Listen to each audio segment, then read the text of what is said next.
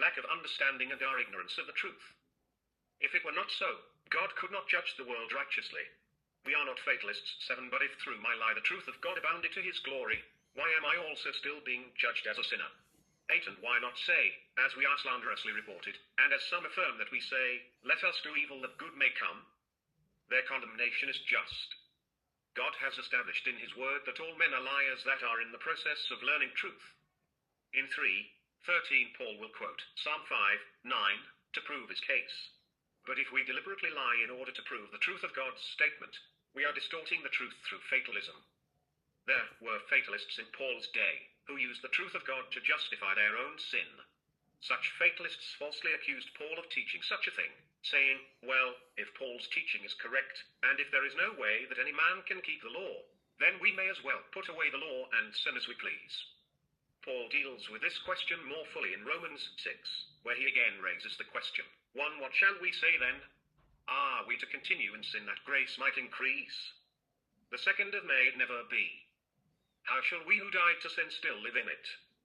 Understand that the biblical definition of sin is the violation of the law, 1 John 3:4.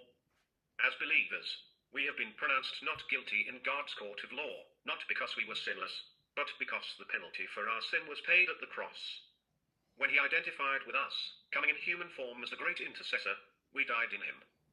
This caused the law to rule in our favor, grace, and justified us as if we were perfect.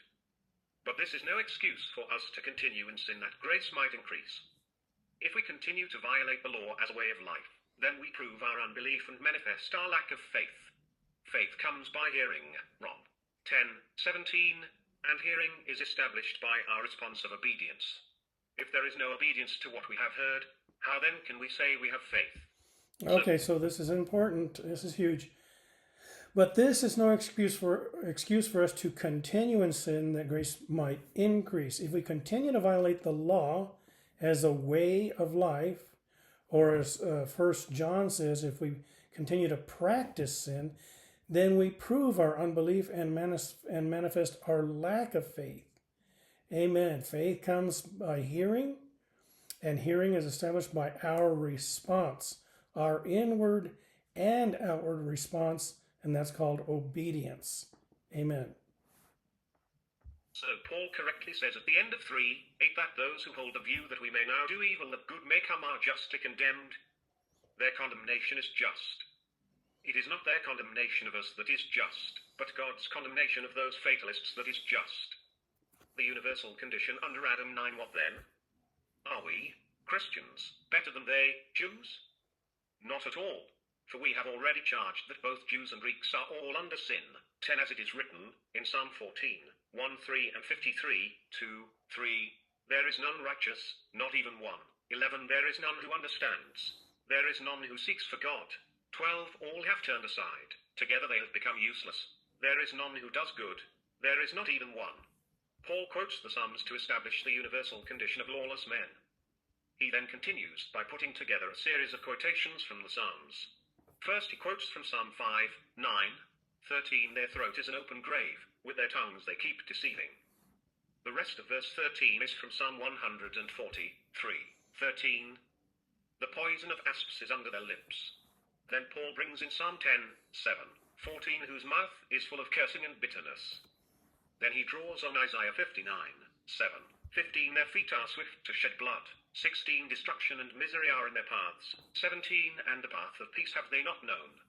Paul ends his barrage of scriptural proof with Psalm 36:1-18 There is no fear of God before their eyes. This is sufficient in Paul's eyes to prove the universal sinfulness, lawlessness of men and establish the need for the grace of Christ. Romans 3:19 continues. 19 Now we know that whatever the law says, it speaks to those who are under the law, that every mouth may be closed, and all the world may become accountable to God.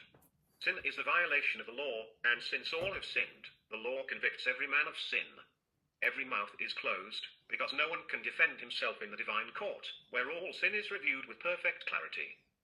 Hence, the entire world is accountable to God. This is another way of saying the whole world is under their law. Anyone who violates the law is under the law, that is, convicted by and subject to the penalty of law. Being under the law in Romans